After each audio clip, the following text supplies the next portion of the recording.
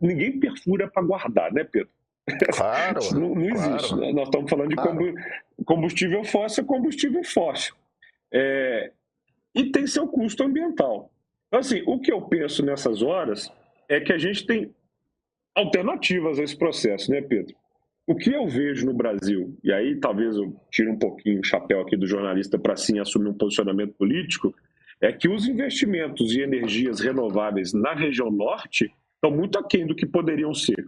Eu não vejo a mesma gana dos senadores e dos deputados que estão muito fortes atuando nesse assunto do petróleo na região para se mobilizar para o potencial de energia solar, eólica offshore, que pode ser feito na costa também, de biomassa que vem dos resíduos florestais e agrícolas, né? E até de hidrogênio verde. Porque eu sempre acho que o papel que o Brasil tem para atingir um lugar de destaque no planeta é através da sustentabilidade.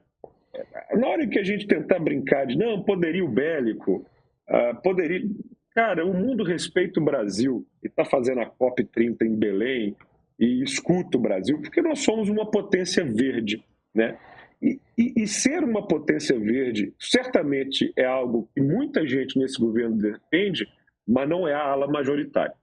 A agenda sustentável e a agenda da sustentabilidade me faz perguntar se a Marina Silva é uma espécie de greenwash governamental. Ou seja, vamos colocar aqui a Marina Silva no meio ambiente, porque ela é uma figura internacional, respeitada nacionalmente, fora daqui, mas na hora final de tomar a decisão, não é ela que opina, né? E, gente, em vez de priorizar o óleo, pode direcionar recursos para transformar aquela região num hub de renováveis, né? E isso também vai gerar emprego, Pedro, também vai gerar tecnologia, vai reduzir impacto ambiental, vai avançar nas metas climáticas. Vou dar um exemplo prático. Parte dos lucros ou os royalties petrolíferos, eles poderiam, por exemplo, então, já que vão acontecer, estar vinculados a um fundo de transição energética da Amazônia. Beleza. Ou seja, tem algo que vai acontecer ali, tá? Isso até quando? Porque, por exemplo, eu sou desses, né? Você deve se alinhar a mim. Aliás, a pessoa que melhor critica essa história no Brasil está vindo aqui para BH com o Raul Justilores esse final de semana. Vamos ver se você adivinha quem é. Zona Franca. Alô, se tiver alguém de Marcos Manaus Lisboa, aqui me o ouvindo, Diabo né? Louro.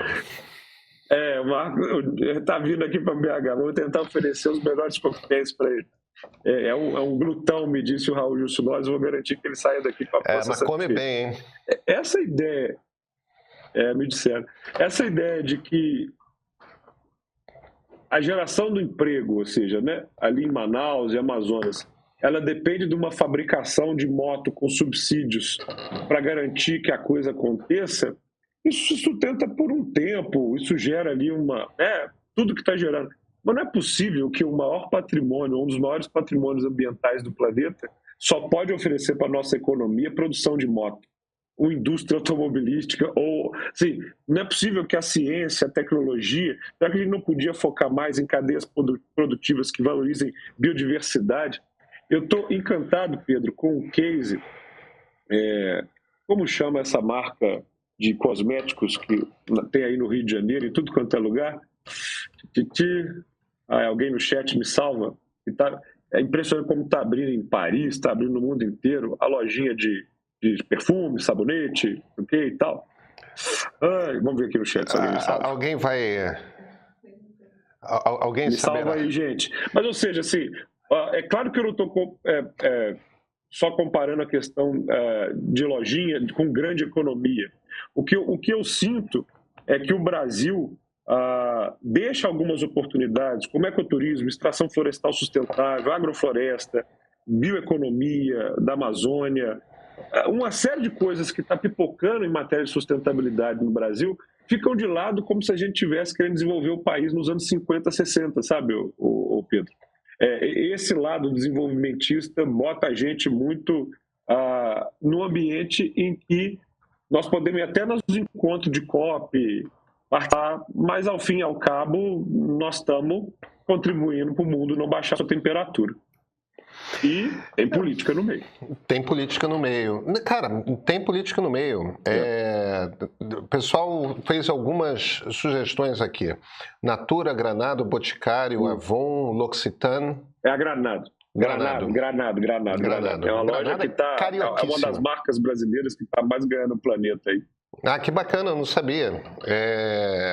Granado. É impressionante. Jequiti. Saudades do Silvio. Granado, da qual Dom Pedro II foi cliente, né? É bem tradicional aqui no Rio de Janeiro. Mas, cara, você está certo, você está certíssimo, e eu concordo com você. E eu volto ao ponto que a gente está pedindo para a turma do Amapá deixar de ter esse dinheiro. E se a gente vai pedir para a turma do Amapá deixar de ter esse dinheiro, se a gente vai chegar para o mundo e falarmos, olha, nós, Brasil, temos esse petróleo todo, a gente vai deixar lá embaixo. E esse deixar lá embaixo quer dizer que os franceses e os holandeses vão sugar de canudinho, né? Porque aí eles perfuram nos mares territoriais deles, e parte desse óleo, que em parte são em bolsões contínuos, quem vai tirar são eles, não são nós. Quer dizer, não é como se esse petróleo não tivesse sendo tirado. Eu estou trazendo aqui questões que são absolutamente práticas. E a gente não pode esquecer que a gente está num contexto geopolítico em que preside os Estados Unidos Donald J. Trump. E Donald J. Trump tem essa característica que não está nem aí para mudança climática, para acordos climáticos, para absolutamente nada. Quer dizer, essa COP já vai ser uma COP um bocado difícil. A gente não conseguiu desenvolver direito esses protocolos, esses mercados internacionais de crédito de carbono, por exemplo, porque isso seria justamente um caso em que o Brasil, ou o Amapá, entes federativos brasileiros, principalmente o Amapá, mas também o Pará, não sei se a bacia pega algum outro estado que não Amapá e Pará, mas que pegue, não importa. Eles deveriam poder pleitear no mercado de crédito de carbono. Olha aqui, não, vamos cavar. A gente quer o nosso. A gente precisa encontrar uma maneira de permitir que a economia de uma região, e aí quando eu estou falando da economia de uma região, eu não estou falando que nem aquela turma desenvolvimentista dos anos 50, não estou dando uma de Cepalino, não estou dando de nada, eu estou falando de dinheiro de verdade que as pessoas têm ali para pegar. E muita gente no mundo pega aquele dinheiro, por que nós não podemos? Entendeu? Se a legislação permite, se isso e aquilo. O meu ponto aqui, essencialmente, eu concordo com a ideia, não vamos desenvolver, não vamos produzir. No meu coração, eu me viro para você e falo, eu estou topando. A gente tem que ter nessa conversa um argumento mais forte do que não vamos fazer. A gente tem que explicar para as pessoas que não têm essa grana, que não vão ter essa grana e que poderiam ter, por que elas não têm. Por que Washington Quaquá pode e Clécio Luiz não pode. Entende? Essas conversas precisam ser tidas. A gente poderia... Nós estamos híbridos aqui hoje, né, Pedro? É quase que um blend, já que é um coquetel, você começou aqui o programa com um coquetel, é um blend de canal meio com livres, deixar a gente solto aqui. Então, disso pode surgir uma espécie assim de declaração. O que o Brasil deve ao Amapá? Porque assim, a decisão de autorizar a perfuração de petróleo na Foz do Amazonas, ela é um fato consumado. E o que ainda não está decidido é o que o Brasil vai fazer com essa escolha.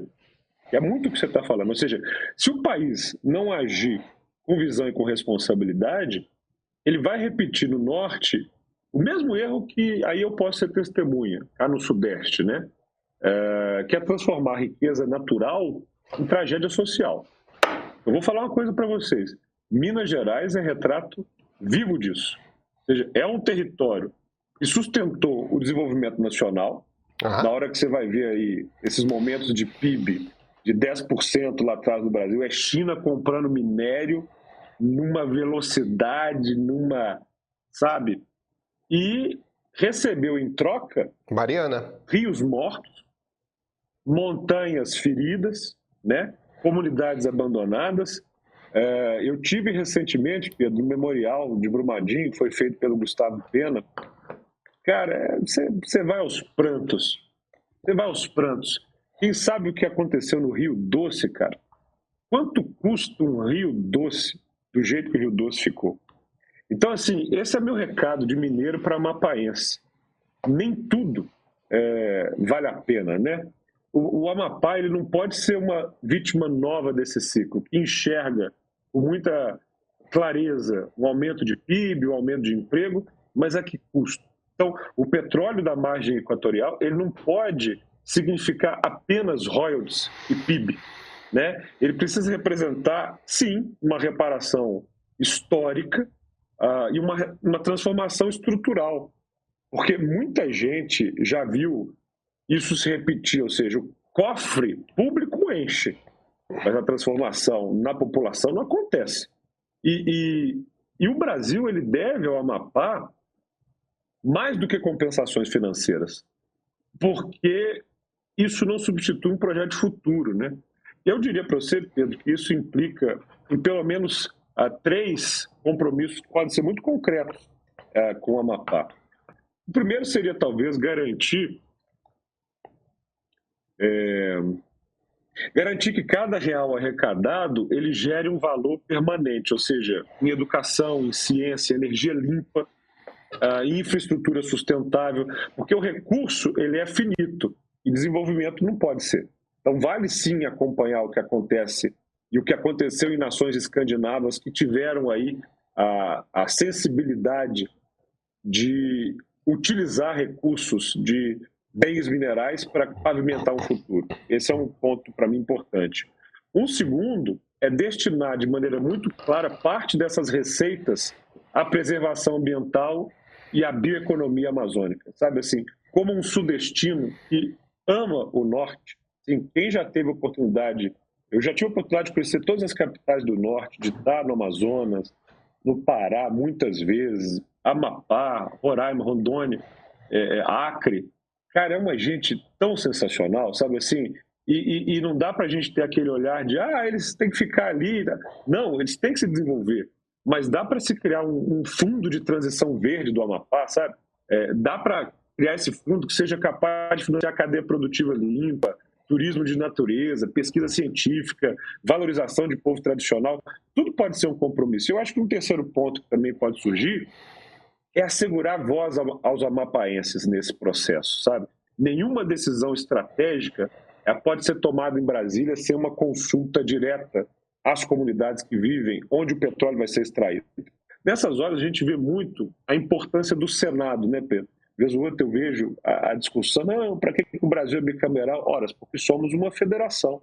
E numa federação, Minas, São Paulo, Amapá, Acre, Sergipe, Paraná, todas as 26, mas o Distrito Federal tem que ter um peso igual. E na hora que um dos senadores é o presidente do Senado, então o peso, né, da unidade federativa pesa. Então, como essa exploração já foi autorizada, mas a história ainda pode ser escrita de outro modo, o que está em jogo de um poço?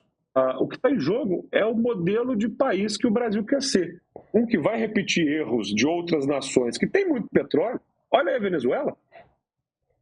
Petróleo para a Venezuela. A Venezuela tem muito petróleo, mas não tem futuro.